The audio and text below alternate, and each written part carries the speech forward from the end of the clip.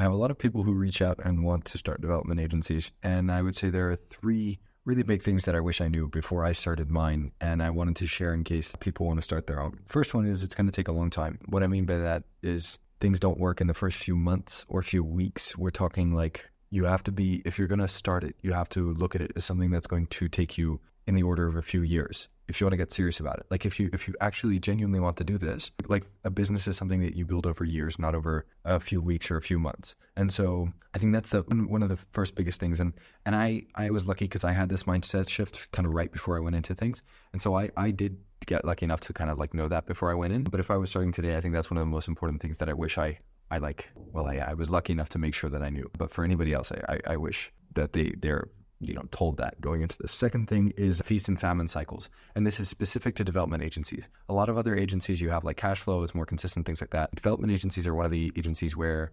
especially at the start, you get a project, and projects are higher ticket. And so you get a large inflow of cash.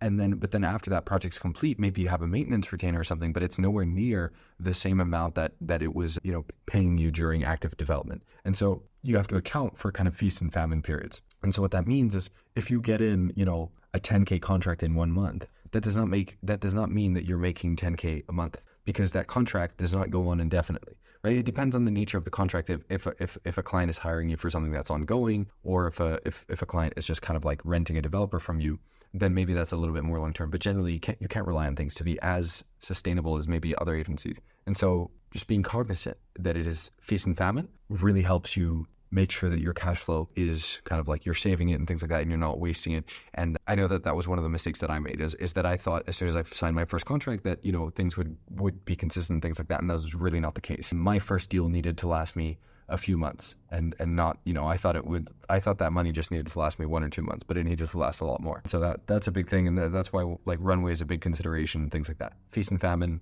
and that stuff takes long. The third thing is you're probably not as good as you think you are, just all around. Like you just have to do more, and you have to do better. Like you have to get a lot better.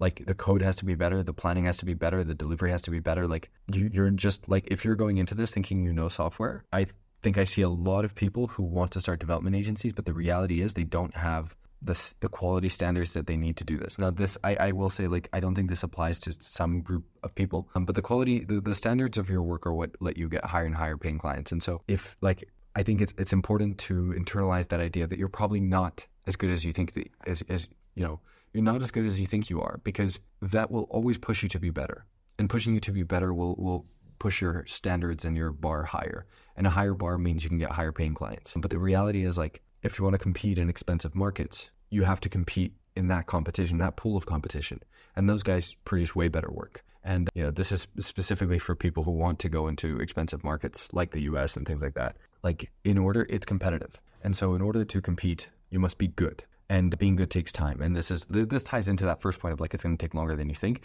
A big part of the reason it takes longer than you think is you're probably not as good as you think you are. Now, there are some people who I think are an exception to this, and like they're very gifted, or they've worked in the industry for like a decade. And so if you've worked in the industry for a decade or 15 years, you probably have a lot more context on this. But for people who want to start agencies with less than that kind of experience, which was my case, and so it is possible, but you just have to internalize this thing, which is you probably need a lot more practice and a lot more quality than you think you do. But I think these are some 3 really, really important points that people just don't think about.